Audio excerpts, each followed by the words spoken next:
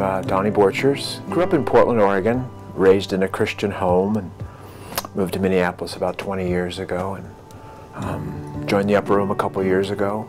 I've always had a heart for those who are broken and wounded, I guess. And about 5 years ago, after going through the Cursillo weekend, a couple friends of mine from Plymouth said, "We have this ministry called CARS. It's a prison ministry. If you think it's a good fit for you, are you willing to try it out?" And I said yes. You've probably all heard this, but God uses our messes and turns them into ministry. And the longer I do this, I believe the kingdom work is pretty messy.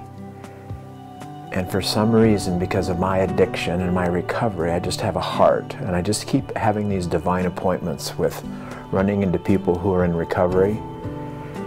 And as I thought about Faribault Prison, and this is my 4th year, I don't know if I can say no for the next 10.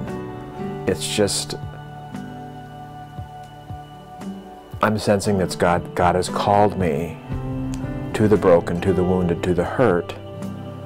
And as athletes, we get in this zone. You guys know what I'm talking about, where we're just totally comfortable. So it's Tuesday night, it's 8:30, and I'm in Faribault Prison speaking to 6 guys. I know that's my zone. I gotta remember, these guys probably are divorced. They haven't seen their wives, they haven't seen their kids.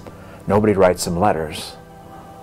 So I get just to be a friend at this time. That just brings me great joy and satisfaction, because I often wonder, it's 20 degrees below zero. It's the 2nd Tuesday in February. Why am I gonna drive down to Faribault? One of my reasons is, as I get older, I can't say no to God.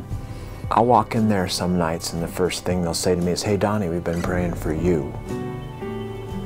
So their honesty and their vulnerability and their hunger for God encourages me to want more.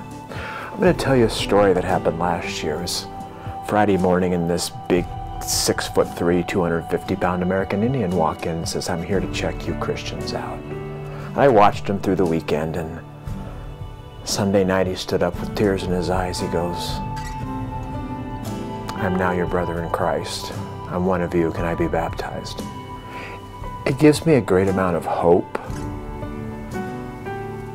to know that God is still in the business of changing people's lives.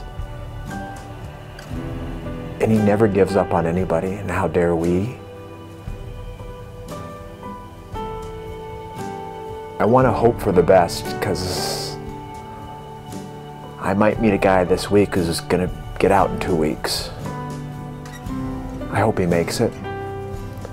It just shows me the goodness of God, that He's at work in the places like prisons and recovery centers and places like that.